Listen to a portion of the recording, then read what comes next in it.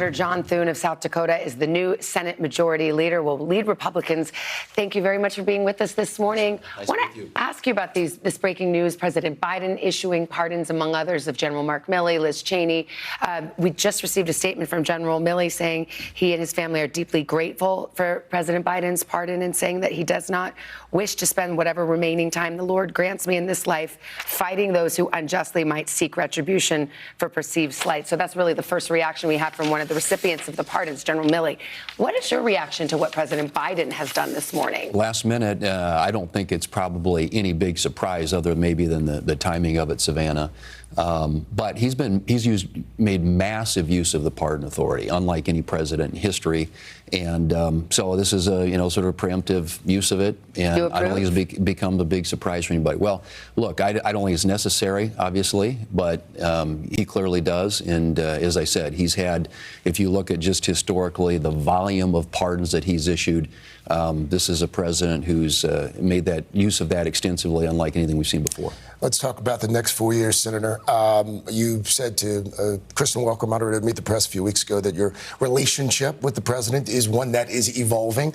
Where does that relationship stand today as we get ready for the second inauguration? And what are you listening for during the speech this morning? Well, I mean, our relationship is strong. We talk regularly, and obviously we have a big job ahead of us, an agenda that we share. So as I listened to the speech today, we had the president speak to Senate Republicans yesterday morning over at the Blair House, in which he sort of laid out his agenda, talked about the things we want to do together. So I think it'll be the things that you would expect. It's going to be renewing American energy, securing the border, strengthening the economy, doing something with taxes and regulations to prevent a $4.5 trillion tax increase at the end of the year for the American people, and rebuilding our military. I mean, I think those are the priorities, and how we achieve that, of course, is something that we'll debate and discuss, but we're excited about the prospect to, and want to maximize this opportunity for the country. Well, now the Republicans control both houses of Congress, the White House, of course. We talk a lot about checks and balances in our system. Right now it's one-party control.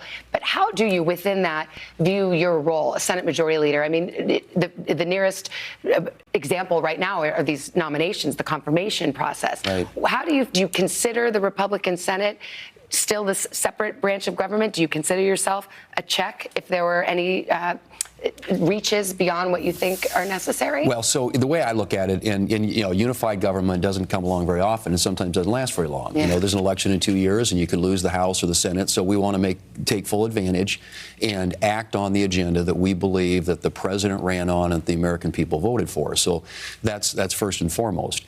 But with respect to the Senate, yes, I mean we are our own co-equal, independent branch of the government, the Congress, that is, and we have a job to do, and advice and consent is part of it. So we're going to take that role seriously. Our senators take that role seriously, Republican and Democrat, and we will. But we also understand that we have a job to do, and I think it was spelled out very clearly by the voters in November. There was a decisive mandate that was sent, and we intend to work with the president to act on it. Just real quickly, do you anticipate that the remaining cabinet nominees will be confirmed? I think they all have a path to get there. Now, some haven't had their confirmation hearings yet, so I always reserve judgment until they've come out of the committee, because that's where they get the hard questions. And I think it's important that process play out, and what I've guaranteed is a fair process. All right, Senator. By the way, of course, the festivities moving indoors today because of the dangerously cold temperatures. We were told that the last time this happened, you were actually there, 1985. I was a baby staffer, had just arrived in Washington, and so But you it was weren't my literally first, a baby. No, Fact check. Yeah. No. But it was my first exposure to an inaugural, and I wasn't in the rotunda, just so you know. Okay. But it was cold out here. I can remember that. And I'm from South Dakota, so I know cold. Senator Thune, thank you. Thank you, Senator. Best of Thanks, luck. Savannah.